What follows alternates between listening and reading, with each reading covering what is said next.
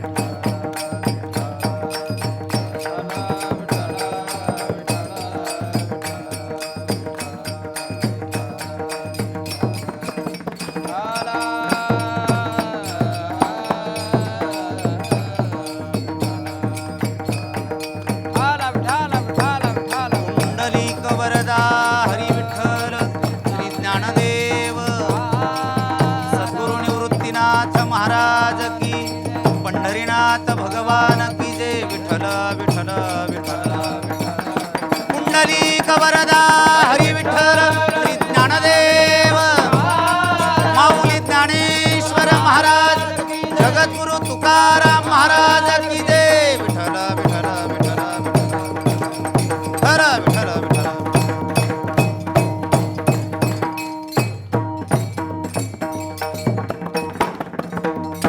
कीर्तनरूपी सेवेकरिता निवडलेला अभंग महान भगवत भक्त संत सम्राट विश्ववंदे महाराष्ट्रभूषण जगद्गुरु श्री संत तुकाराम महाराज यांचा महत्त्वाचा उत्कृष्ट चार चरणाचा अभंग सेवेकरिता निवडलेला आहे. विठ्ठल विठ्ठल विठ्ठल विठ्ठल विठ्ठल.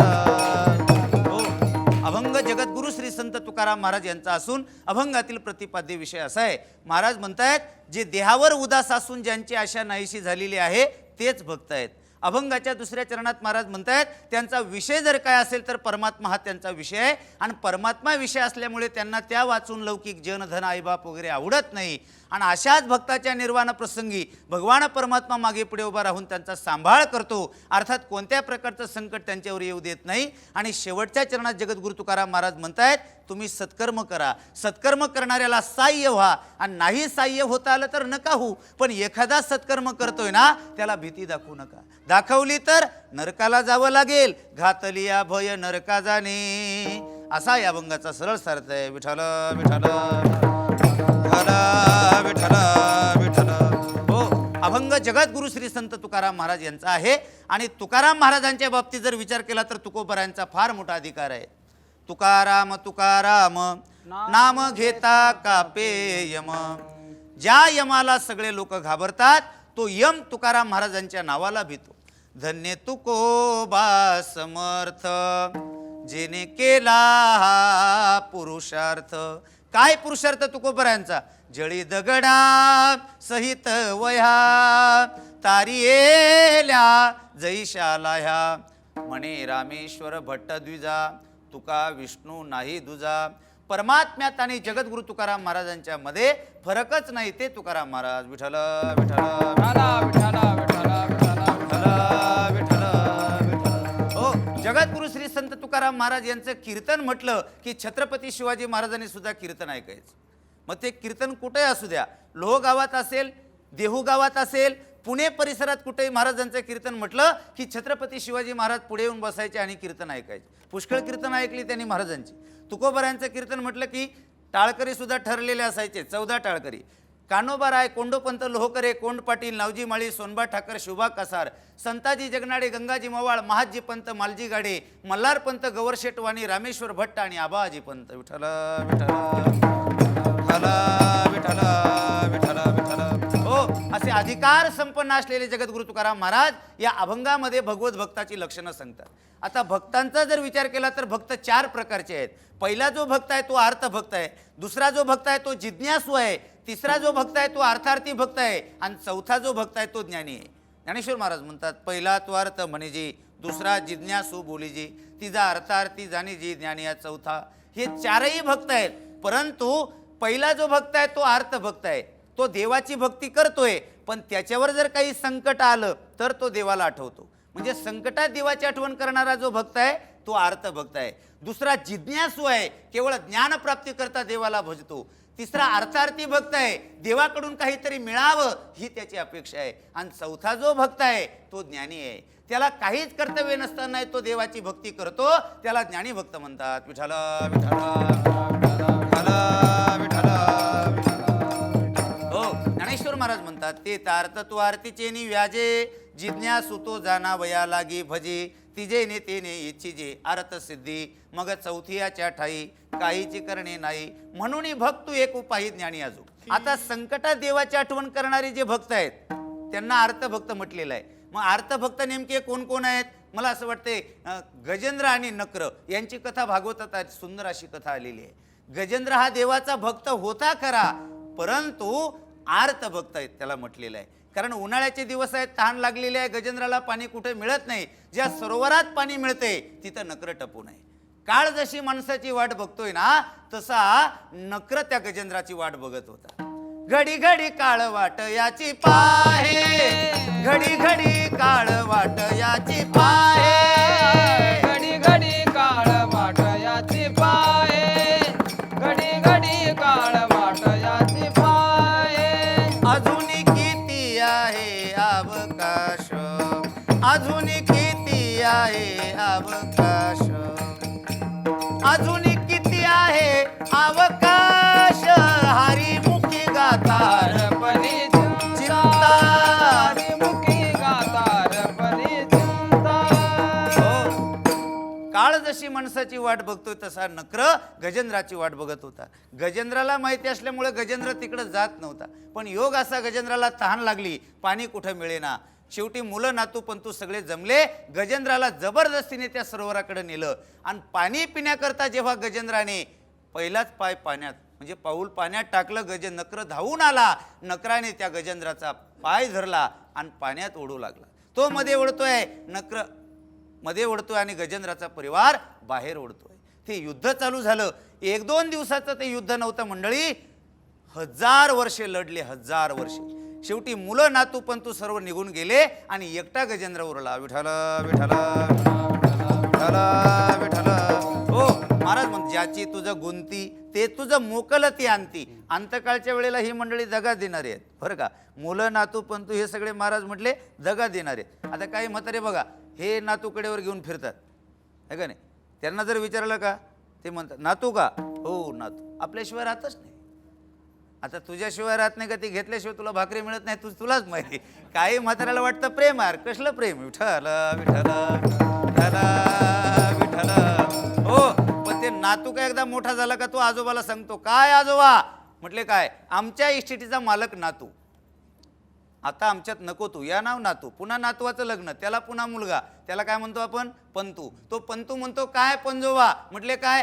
आमचे वडील म्हणत होते म्हणे आमच्या इस्टेटीचा मालक नातू. म्हटले हो, आणि तरी पंतू आहेसच का? विठ्ठल विठ्ठल विठ्ठल विठ्ठल विठ्ठल. हो, हे नातू पंतू आहेत. महाराज म्हणतात, कुणी कोणाच्या कामी येणारे नसतात, आणि म्हणून नाही कोणाची कुणी, तुझे नवे रे कोणी, अंतिजासी एकल्या प्राण्या माझे माझे म्हणून. आणि महाराज म्हणतात, नेमकी माणसाला तेव्हाच कळतं. आता मला सांगा, अंतकाळच्या वेळेला त्याला कळालं, पण काय उपयोग आहे का? त्याची वेळ निघून गेली. आणि वेळ निघून गेल्यावर काय फायदा? मी म्हणतो वेळेत कळालं पाहिजे. वेळ निघून गेल्यानंतर काय फायदा आहे? नाही तर एका माणसानं घरात अशी शिस्त लावली होती का जेवताना बोलायचं नाही, आणि चांगला नियम आहे. मग कुणी असो, स्त्री पुरुष लहान मोठं सगळ्यासारखा नियम, जेवताना बोलायचं नाही. एके दिवशी सण होता, पुरणपोळी भजे पापड जेवण असं रंगात आलं. तेवढ्यात त्याचं पोरगं बाहेरून पळत आलं, म्हणले पप्पा पप्पा. याला असा राग आला, काय मूर्ख पोरग आहे, मी जेवताना बोलत नाही हे माहिती असून काय झालं बोंबलायला. त्याने त्या मुलाकडे मोठे डोळे करून पाहिले, त्या मुलानं खाली मान घातली. पुन्हा राहिलं थोड्या वेळानं म्हणले अहो पप्पा पप्पा. याने कसं तरी जेवण आटोपलं आणि बैठक खोलीत त्याला बोलवलं. सांगितलं मूर्खा तुला कल्पना नाही, अरे जेवताना मी बोलत नाही हे माहिती असून काय झालं बोंबलायला. सांग म्हटलं आता भरपूर वेळ आहे. काय म्हणत होता मगाशी? तो म्हटलं पप्पा आता वेळ असून काय फायदा. म्हटले का? म्हटले मगाशी तुम्ही ते आमटी बरोबर झुरळे पिऊन घेतलं म्हणला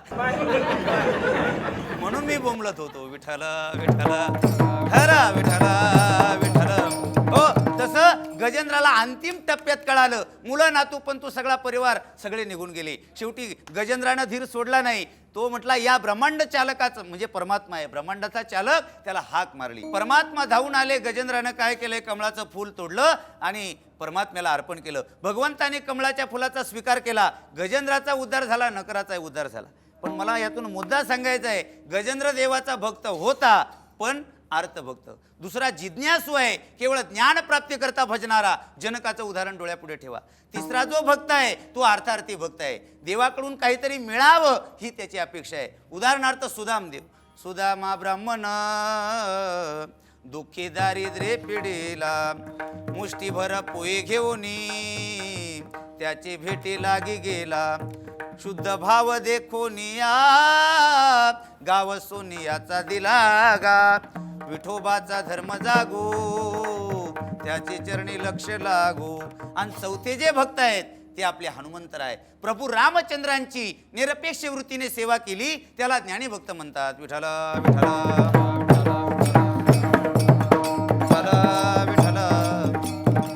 हो, जगतामध्ये जितकी माणसं आहेत तितकी देवाची भक्त आहेत असं नाही. काही पामर आहेत, काही विषय आहेत, काही मुमुक्षु आहेत तर काही मुक्त आहेत. त्यामध्ये विषय लोकांचं मत असं आहे ते ज्ञानेश्वर महाराज म्हणतात, म्हणते संसारी जन्मीजी यज्ञाधिक कर्म कीजी मग स्वर्ग सुख भोगीजी मनोहर. किंवा मुमुक्षुच्या याच्या विरुद्ध भाषा आहे. उमिलिया अन्ना लाळन घोटी रसना अंगण सुया लिंगणा प्रेताचिया आणि स्वर्गाती मानसे ऐकून या मानियाशी कुईले पिशी जैसे श्वानाचे का. किंवा विषखानी नागवी जळत घरीन रिगवी व्याघ्र विवरान करवी वस्ती जेवी धडधडीत लोहरशी उडी न घालवे जैशी न करवे उशी अजगराची अर्जुना तेने पाडे जयाशी विषय वार्ता नावडे निधी इंद्रियाची ने तोंडे काही जाऊ. ज्ञानेश्वर महाराज म्हणतात विष खाणं आवडत नाही, जळत्या घरात शिरवत नाही, सळसळीत लोखंडाच्या रसात उडी घालता येणार नाही, किंवा वाघाच्या विवरामध्ये राहता येणार नाही, किंवा न करवे उशी अजगराची. ज्याप्रमाणे वाघाच्या विवरामध्ये राहता येणार नाही त्याप्रमाणे मुमुक्षुला विषय वार्ता आवडत नाही. आता मुमुक्षुला जरी विषय वार्ता आवडत नसली तरी त्याला आशा नाही असं नाही बरं का. मुमुक्षुलाही आशा आहे आणि विषयालाही आशा आहे. आशेचा प्रकार मात्र भिन्न आहे. मुमुक्षुची काय इच्छा आहे, कै मी उद्धार पावेन कै कृपा करील नारायण ऐसे तुम्ही सांगा संत जन करा समाधान चित्त माझे. एकंदर पामर विषय आणि मुमुक्षु या तिघांनाही आशा आहे आणि तिघांनाही आशा आहे म्हणून तिघांचं वर्णन या अभंगात नाही. मग मुक्ताचं तरी वर्णन आहे का? मुक्ताचंही वर्णन या अभंगात नाही. मग या अभंगात वर्णन कोणाचं आहे? भक्ताचं आहे. पण कोणत्या भक्ताचं? ज्ञानी भक्ताचं. त्याच्यातही तुम्हाला सांगतो काही भक्त असतात तर ज्ञानी नसतात आणि काही ज्ञानी असतात तर भक्त नसतात. उदाहरणार्थ अर्जुनाला गीतेचा उपदेश होण्यापूर्वी अर्जुन देवाचा भक्त होता पण ज्ञानी होता का? ज्ञानी नव्हता. आणि जर अर्जुन ज्ञानी असताना तर देवाने त्याला असं म्हटलं नसतं तुझे अज्ञान हरावी लागे आदिवी. बरं, अर्जुन जर ज्ञानी असता तर त्याला युद्धाच्या प्रसंगाला शोक आणि मोह निर्माण झाला नसता. कारण अर्जुन म्हणतो देवा मी माझ्या या गोत्रजांना मारणार नाही आणि यांना जर मारलं तर वर्णसंकर होईल. वर्णसंकर हा नरकाला कारणीभूत आहे. संकरो नरका येव कुलज्ञाना कुलश्च. म्हणजे अर्जुन भक्त होता पण ज्ञानी नव्हता. आणि देवाला जे भक्त आवडतात ते ज्ञानी भक्त आवडतात. उदारा सर्व येवैत ज्ञानी त्वात्वय मे मतम. तुकाराम महाराज अशा ज्ञानी भक्ताचं वर्णन करतात. विठ्ठल विठ्ठल विठ्ठल हो, कारण भक्त देहावर उदास असतात पण आपण देहावर उदास आहोत का? आपल्याला देह आवडतो पण महाराज म्हटले देह आवडण्यासारखं काय आहे? हा देह नाशिवंत मळपुत्राचा बांधा वरी चर्म घातले रे कुर्मी कीटकाचा सांदा रव रव दुर्गंधी रे अमंगळतेचा बांधा स्मरे त्या हरिहरा शरण जाई गोविंदा पर्यंते मदालसा सोमजो जो रे बाळा हा देह नाश काय कुजकाय देह जाणार जाणार याशी काळोबा खाणार किंवा नाशिवंत देह जाणार सकळ आयुष्य खातो काळ सावधान शरीर नाशकाय कुजकाय परंतु या देहाच्या दोन बाजू आहेत शरीर रोगाचे भांडार शरीर दुःखाचे कोठार शरीर दुर्गंधीची थार नाही अपवित्र शरीराशी पण या शरीरानं जर असा परमार्थ केला तर शरीर उत्तम चांगले शरीर सुखाचे घोसुले शरीरे साध्य होय केले शरीरे साधले परब्रह्म शरीर उत्तम चांगले शरीर सुखाचे घोसुले शरीर तुम्हा आपल्याला मिळालंय चांगलं आहे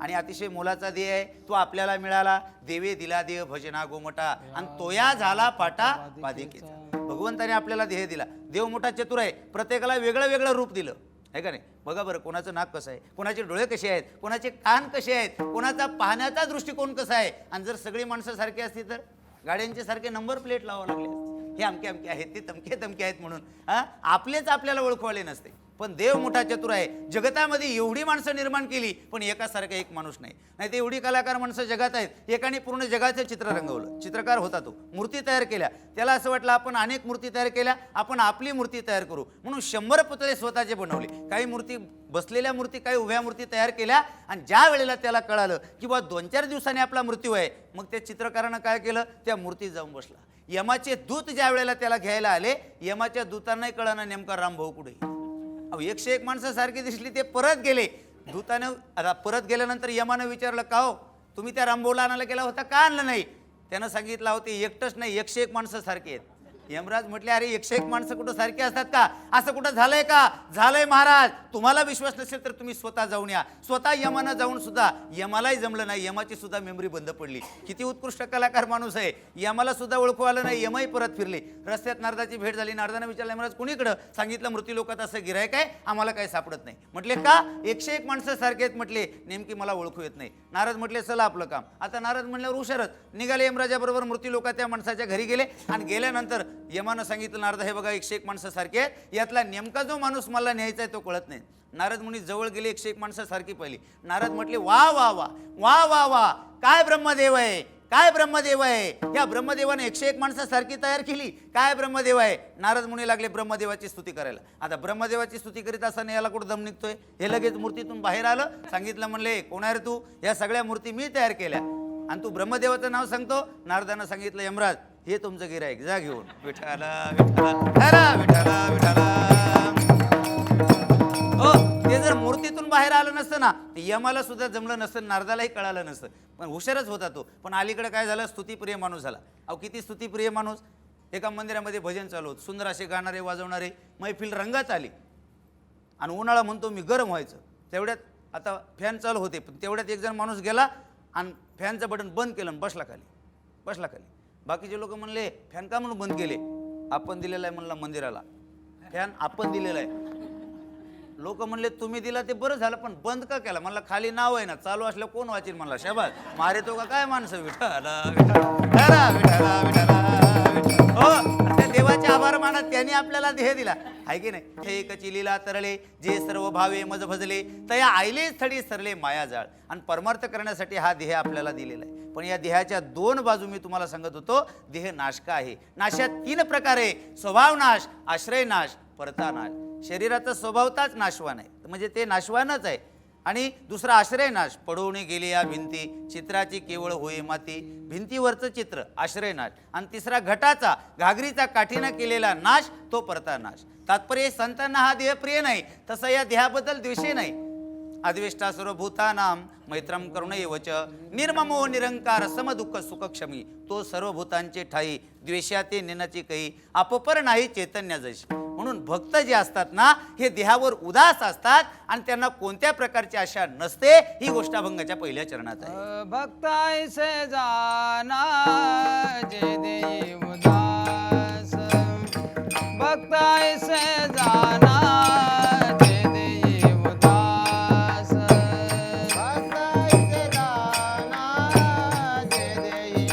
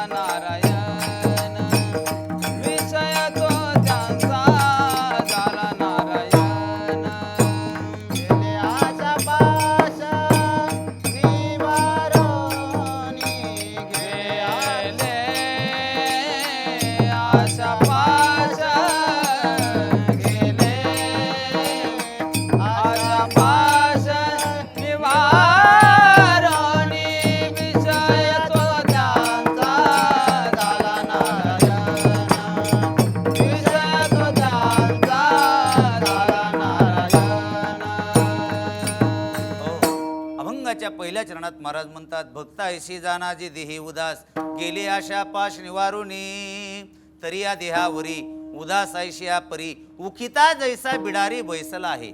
भक्त देहावर उदास असून त्यांना कोणत्या प्रकारची आशा नसते, आणि ज्याला आशा नाही ते भक्त देवाला आवडतात. अनपेक्षे सुचिरदक्षो उदासीनो गतव्यथा, सर्व रंभ परित्यागी योमद भक्त समे प्रिया. पण तुम्हाला सांगू का, आज प्रत्येकाला आशा आहे, प्रत्येकाला. हां, पण जो महाराज म्हणतात आशा आहे ना, म्हणून ही आपली दशा आहे बरं का. आशेचे बांधिले तुका म्हणे वाया गेले, वाया गेले नाही कैक मेले, विठाला विठाला विठाला विठाला विठाला. हो, तुम्हाला सांगू, एका गावामध्ये मोठा श्रीमंत माणूस होता. श्रीमंती पुष्कळ आहे, पण त्याच्याकडे संतती नाही, म्हणजे मुलगा नाही. पुत्रहीन सेमे राज्यम सर्व दुःखाय कल्पते. त्याने अनेक नवसायास केले, मुलगा होईना. शेवटी एका महाराजांची भेट झाली. त्या महाराजांनी सांगितलं, ओ श्रीमंत, तुम्हाला मुलगा नाही ना? म्हटले नाही. मग एक काम करा, तुम्ही काय करा, सत्यनारायणाची पूजा करा. घरात करा, नाही तर मारुती मंदिरात करा. तो देव कसा आहे? सत्य आहे. सत्य संकल्पाचा दाता नारायण, सर्व करी पूर्ण मनोरथ, येथे अलंकार शोभती सकळ. त्याला असं वाटलं, जर मुलगा होईल ना, मग सत्यनारायणाची पूजा करायला काय हरकत नाही. त्याच्या आयुष्यातला पहिला सत्यनारायण तो बरं का. लागली ब्राह्मणाकडे गेला, ब्राह्मण बुवाला सांगितलं, ब्राह्मण बुवा आमच्याकडे सत्यनारायणाची पूजा आहे, काय काय लागतंय? ब्राह्मण बुवानं यादी काढली, भली मोठी यादी त्यांच्याकडे दिली. म्हटलं एवढं सगळं सामान घेऊन या. आता आपल्याला माहिती आहे, सत्यनारायणाची पूजा म्हटल्यानंतर 1.25 किलो साखर, 1.25 किलो रवा, 1.25 किलो तूप, हळद कुंकू गुलाल बुका, 9 खारीक, 9 सुपारी, 9 हळकुंड, 9 बदाम वगैरे सगळं असतं. त्यांनी सगळं आणलं. पूजेचा दिवस ठरला आणि आपतेष्ट गणगोत्र सगळे सोयरे सगळ्यांना निमंत्रणे दिलं त्या श्रीमंतानं. आणि सकाळीच उठले दोघं पती पत्नी. ज्या दिवशी पूजा आहे त्या दिवशी सगळी मांडामांड झाली. त्यांनी काय केलं, चौरंग मांडला, पुन्हा केळीचे खांब लावले, पुन्हा तिकडे स्वयंपाक चालू आहे, इकडे प्रसाद बनवला, ब्राह्मण बुवा आले, सगळी मांडामांड केली. पूजेला सुरुवात झाली. हे दोघं पती पत्नी बसले पूजा करता. आणि 2-3 अध्याय ब्राह्मण बुवाने वाचल्यानंतर मग ब्राह्मण बुवाच्या ध्यानात आलं. ब्राह्मण बुवा म्हटले, श्रीमंत, तुम्ही सगळं सामान आणलं, पण एक महत्त्वाचं म्हणजे नारळ तुम्ही विसरून आला हो. ते नारळ तेवढं आणलं असतं तर बरं झालं असतं. ब्राह्मण बुवा म्हटले, नारळ तेवढं आणावं लागेल, कारण उत्तर पूजा होणार आहे ना. ते उत्तर पूजा म्हटली का तुमच्या पत्नीच्या ओटीत मी ते नारळ देणार आहे. याला असा राग आला. काय म्हटले, हे आणा ते आणा. ताडकन उठला. आता त्याने नारळ आणायला एखाद्या मुलाला पाठवावं का नाही, पण त्याचा कोणावर विश्वास नाही, ते कंजूस होतं. त्याने काय केलं, लगेच उठला, दुकानात गेला. दुकानदाराला विचारलं, म्हटले भाऊ नारळ केवढ्याला रे? तो म्हटला 3 रुपयाला. पूर्वीचा काळ. तो म्हटला एवढाले नारळ 3-3 रुपयाला? म्हटला 2 रुपयाला दे ना. तो दुकानदार म्हटला 2 रुपयाला नारळ इथं गावात नाही. 2 रुपयाला नारळ मिळतात म्हटला, पण पुण्याला मिळतात. तो म्हटला मी पुण्याला जाईल, पण तुला 3 रुपये देणार नाही. ते पुण्याला गेलं. कसं गेलं आणि काय गेलं हे मनात नका आणू. विदाऊट तिकीट गेलं आणि पुण्याला गेलं. दुकानात गेलं. दुकानदाराला विचारलं, म्हटले भाऊ नारळ केवढ्याला? तो म्हटला 2 रुपयाला. आता घ्यावा का नाही? हा म्हटला का रे 1 रुपयाला नाही का? तो तिथेही रुपया उतरवला त्यांनी. तो म्हटला 1 रुपयाला नारळ इथं पुण्यात नाही, मुंबईला मिळतात. म्हटले मुंबईला. तो म्हटला मी मुंबईला जाईल, पण तुला 1 रुपया आपले 2 रुपये देणार नाही. पुन्हा त्यांनी गाडी पकडली, पुन्हा टू मुंबई. आणि त्या गाड्या चालूच असतात, सिद्धेश्वर, कोइंबतूर, चेन्नई, मद्रास, हैदराबाद वगैरे गाड्या चालूच असतात ना. पुन्हा त्यांनी पुण्याहून निघाला, तो मुंबईला आला. आणि मुंबईला गेल्यानंतर दुकानदाराला विचारलं, म्हटले भाऊ नारळ केवढ्याला रे? म्हटला 1 रुपयाला. आता घ्यावा का नाही? तो म्हटला फुकट नाही का रे? तो दुकानदार म्हणला पेंड आहे का? पेंड म्हणजे? अरे आम्ही माल भरून आणतो, तू आणि फुकट मागतो? तुला जर नारळ पाहिजे असेल तर पलीकडे वसई पट्ट्यात जा म्हटला. तिथे नारळाच्या बागचे बाग आहेत. नारळाच्या झाडावर चढणे आणि नारळ तोडणे. तो म्हटला एवढ्या लांब आलोच आहे ना, नारळाचं पोतडच भरून घेऊन जाऊ म्हटला. म्हणून त्यांनी तो वसई पट्ट्यात गेला. नारळाचं झाड त्यांनी पाहिलं, असं उंच गेलेलं वाकलेलं. त्या झाडावर तो चढला आणि भरपूर उंच चढला. नारळ तोडण्याकरता गेला. त्यांनी नारळ पकडला, तोडायला गेला, पण तेवढ्यात त्याचे पाय निसटले आणि तो नारळाला टांगून राहिला. लटकला तो. खाली पाहिलं तर 10-12 पुरस पाण्यानं भरलेली विहीर खोल होती. ती अगोदर पाहिलीच नव्हती. तो म्हटला बापरे, विहिरीच्या सुतातच टांगलो. म्हणला जर नारळ तुटलं तर विहिरीत बुडून मरू. म्हणला पोहता येत नाही. नारळ गावातच घ्यायला पाहिजे होतं. कधी? हे सगळं रामायण झाल्यावर. विठाला विठाला विठाला विठाला विठाला. हो, बराच वेळ झाला नारळाला लटकून आहे. तेवढ्यात काय प्रकार झाला, एक उंटावर बसून त्या ठिकाणी त्या जंगलातून माणूस येत होता. त्या उंटावाल्याला यानं पाहिलं आणि विचारलं, हाक मारले, ओ उंटावाले मामा इकडे या, इकडे या. उंटावाल्याला त्याची दया आली. म्हटले भाऊ काय प्रकार आहे? म्हटले उंटावाले मामा तुम्हाला मी नंतर सांगतो, पहिलं एक काम करा, उंट विहिरीच्या कडेला उभा करा आणि उंटावरती तुम्ही उभे राहा आणि मला खाली घ्या. उंटावाल्याने तेच केलं. उंटावरती तो उभा राहिला बरं का. उंट विहिरीच्या कडेला उभा केला, उंटावरती उभा राहिला. नारळवाल्याचे पाय धरायला गेला पण खालून उंटच निघून गेला. उंटाला वाटलं बरं झालं, ओझं झालं कमी, ते गेलं निघून. अहो लटकलं ना हे घेण्यानं देण्याचं. एकाला एक दोघंही लटकून राहिले. बराच वेळ झाला आणि तेवढ्यात तिकडून एक घोडेस्वार येत होतं घोड्यावर बसून. त्या घोडेस्वारानं पाहिलं, म्हटले एका नारळासाठी हे दोघं काय करतात? हे दोघं जण म्हणले भाऊ चौकशी नंतर कर, घोडं विहिरीच्या कडेला उभं कर, घोड्यावरती उभा राहा आणि आम्हाला एकेकाला खाली घे. त्यांनी तेच केलं. घोडं काय केलं, उभं केलं रस्ते आपल्या त्या विहिरीच्या कडेला. घोड्यावरती तो उभा राहिला, उंटावाल्याचे पाय धरायला गेला आणि खालून घोडाही निघून गेला. तुम्ही म्हणाल काय गतीर महाराज, एवढ्या कुठं चाटा मारता का? 3 माणसं नारळाला लटकले, नारळ तुटलं कसं नाही? त्याला वेळ अजून. विठ्ठला विठ्ठला विठ्ठला विठ्ठला विठ्ठला. हो, इकडं ब्राह्मण बुवाची पोथी संपली. ब्राह्मण बुवानं त्या बाईला सांगितलं, हो आमची दक्षिणा ना. 5 अध्याय संपले, कार्यक्रम संपला. ती बाई म्हटली, हो ब्राह्मण बुवा फुकटचे पैसे घेता का? फुकटचे पैसे घेता? हा, इकडे आमचे हे घर मालक गेलंय नारळ आणायला, ते अजून आलं नाही आणि तुम्ही म्हणता का पोथी संपली, अजिबात दक्षिणा मिळणार नाही. 5वा अध्याय काढा, पुन्हा पोथी लांबवा. ब्राह्मण बुवा हुशार होते. ब्राह्मण बुवा म्हटले, आपण जर आता पोथी लांबवली नाही तर आपल्याला दक्षिणा मिळणार नाही. मग ब्राह्मण बुवाने 5वा अध्याय काढला आणि पुन्हा पोथी वाचायला सुरुवात केली. त्या साधू वाण्याची नौका पाण्यात बुडाली. त्या साधू वाण्याची नौका पाण्यात बुडाली. त्याचं सर्व द्रव्य नाहीसं झालं. ती नौका वर आली. ती त्याला पानाने भरलेली दिसली. ते पान वडाचे नव्हते बरकान, ते पान पिंपळाचे नव्हते बरकान, ते पान आंब्याचे नव्हते बरकान, ते पान लिंबाचे नव्हते बरका, ते पान जाईचे नव्हते बरकान, ते पान जुईचे नव्हते बरकान, ते पान निर्गिलेचे नव्हते बरकान, ते पान जांभळीचे नव्हते बरका. ती बाई म्हटली, ओ ब्राह्मण बुवा ते पान नेमकी कशाचं होतं? ब्राह्मण बुवा म्हटले, असं मध्ये मध्ये बोलायचं नसतं बरं का. ते पान कशाचंही असो बरं का. पोथी लांबवायची म्हटल्यानंतर आमचं असं चालू असतं बरं का. आणि मग मात्र त्या बाईच्या ध्यानात आलं. ती बाई म्हटली, ब्राह्मण बुवा काही पोथी संपवणार नाही. अहो एवढी सगळी पानं एकत्र आल्यावर कशी संपेल? विठ्ठला विठ्ठला विठ्ठला विठ्ठला विठ्ठला विठ्ठला. हो, इकडे ब्राह्मण बुवाची पोथी संपली आणि त्यांनी काय केलं, त्या बाईनं सांगितलं, ही तुमची दक्षिणा घ्या तुम्ही या. ब्राह्मण बुवा गेले निघून. पोथी लांबली होती तिकडं ते 3 जण लांबले कोकणात. खाली ते घोडेस्वार, मधलं उंटावालं, वरती नारळावालं. आणि ते वरचं त्याच्या हाताला कळ लागली होती. घोडेस्वार म्हणत होतं, भाऊ हात सोडू नको, विहीर आहे खाली 10-12 परस पाण्यानं भरलेली आणि बुडाला तो मेलो म्हणला. पडलो तर आता आपल्याला पोहता येत नाही, उंटावाल्याला पोहता येत नाही. वरचा म्हटला मला तरी कुठं पोहता येते. हे दोघं जण म्हणले गबस, तुझ्यामुळं झालंय सगळं म्हणले. तसा धरून राहा, आपले स्टार असले प्रारब्ध असले, एखादा माणूस आला तर आपल्याला वाचवेल. पण योग असा काय प्रकार झाला. राहिलं ते घोडेस्वार म्हटला, हात सोडू नको. हात सोडू नको, मी मोठा श्रीमंत माणूस आहे, तुला घरी घेऊन जाईल आणि घरी घेऊन जाईल, जगलो वाचलो ना 1 लाख रुपये तुला देईल मी म्हटला, पण हात सोडू नको.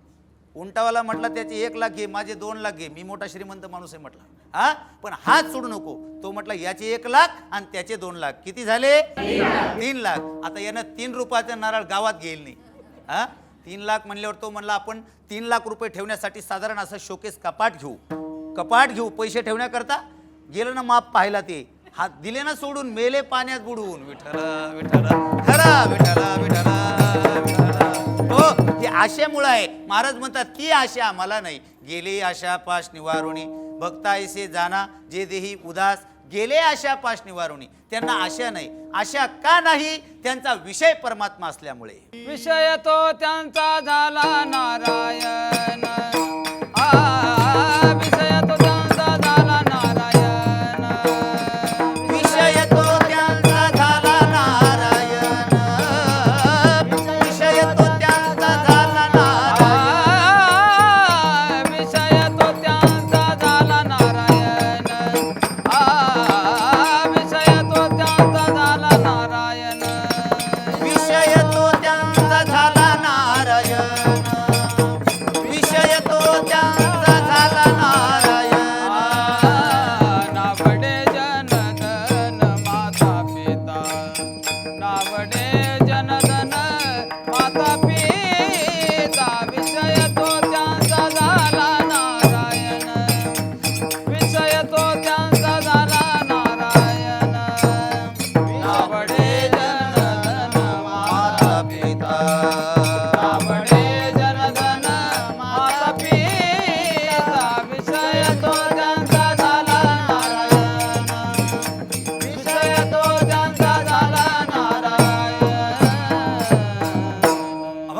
दुसऱ्या चरणात महाराज म्हणतात, विषय तो त्यांचा झाला नारायण, नावडे जनधन माता पिता. त्यांचा विषय परमात्मा, एक विषय तो सकळांचा हारी, त्याच्या आवडीने आवडी तरी, अंध बहिरे प्रीत लोकाचारी, त्यांची कीर्ती गायली पुराणांतरी हो. त्यांचा विषय परमात्मा आहे आणि परमात्मा हा विषय भक्तांचा असल्यामुळे नावडे जनधन माता पिता.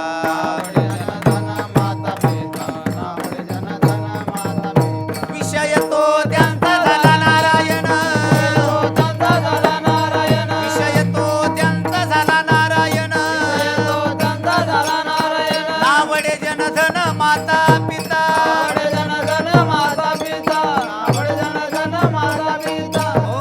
विषय परमात्मा असल्यामुळे त्यांना जन आवडत नाही, धन आवडत नाही. जन का आवडत नाही? अहो तुम्ही कसे चला, लोक नावं ठेवल्याशिवाय राहत नाही. म्हणून तर महाराज म्हणतात, तेजोनिया जन भक्ती करा.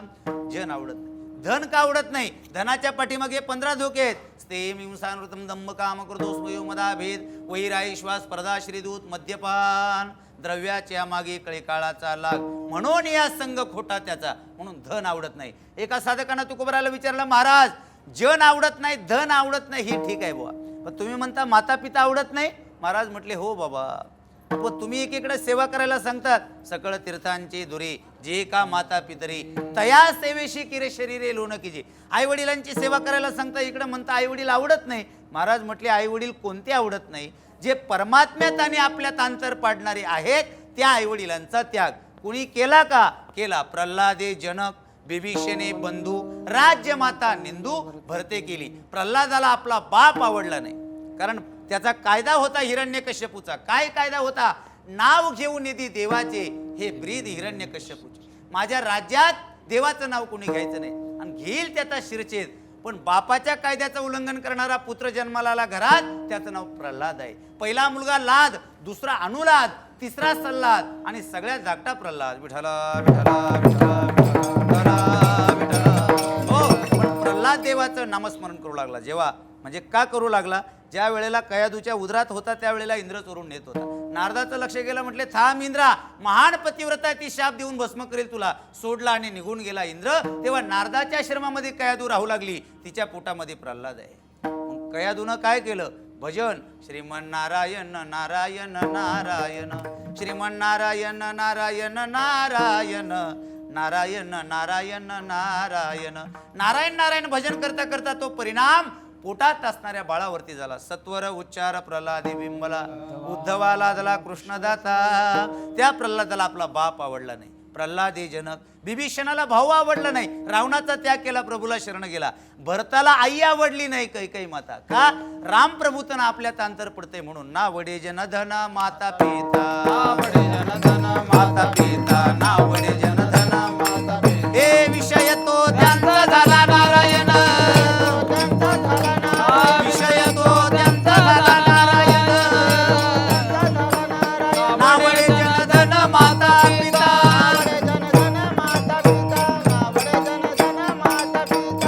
धोबार कुमारी, जय जय धोबार कुमारी, धोबार कुमार, जय जय धोबार कुमारी, धोबार कुमारी, धोबार कुमारी, धोबार कुमारी, जय जय धोबार कुमारी. नली कवरदा हरी विठ्ठल ज्ञानदेव, हरिनाथ भगवान की जय. माऊली ज्ञानेश्वर महाराज, जगद्गुरु तुकाराम महाराज की जय. धोबार कुमारी, धोबार कुमारी, धोबार कुमारी, धोबार भक्तायसी जानाचे देही उदास गेले अशा पाश निवारुणी. विषय तो त्यांचा झाला नारायण, नावडे जनधन माता पिता. महाराज म्हणतात, अशाच भक्ताच्या निर्वाण प्रसंगी भगवान परमात्मा मागे पुढे उभा राहून त्यांचा सांभाळ करतो. ही गोष्ट अभंगाच्या तिसऱ्या चरणात. निर्वाणी गोविंद असे मागे पुढे, निर्वाणी गोविंद असे मागे पुढे, निर्वाणी गोविंद असे मागे पुढे, निर्वाणी गोविंद असे मागे पुढे. आईत साकडे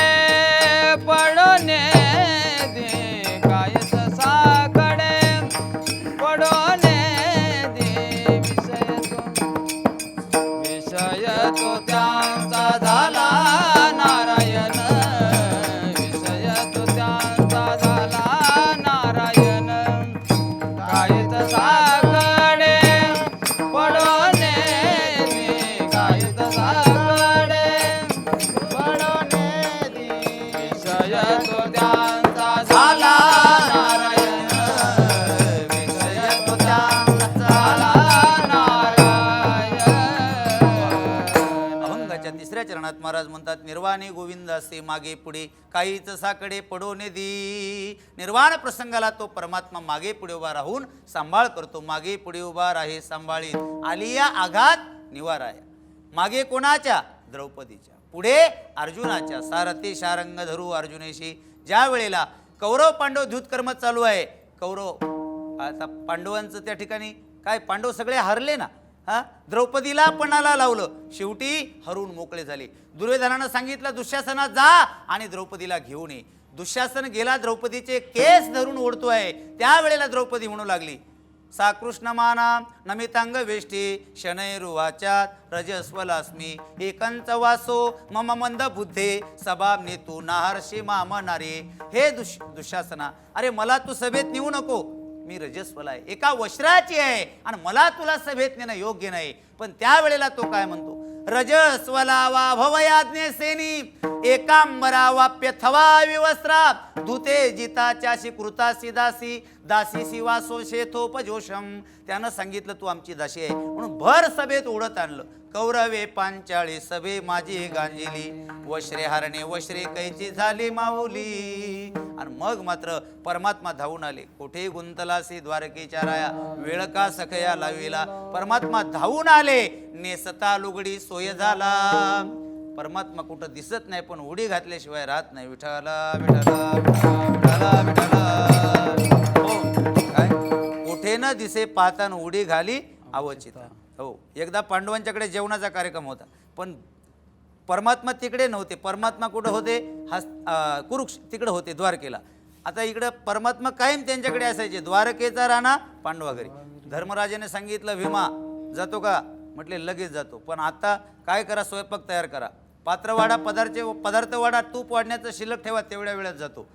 भीमदादांना झोपून घेतलं पण इकडं काय झालं, सगळा स्वयंपाक पूर्ण झाला, पात्र वाढले, पदार्थ वाढले, मग धर्मराजा गेले भीमाकडं. तर भीम घोरत होता.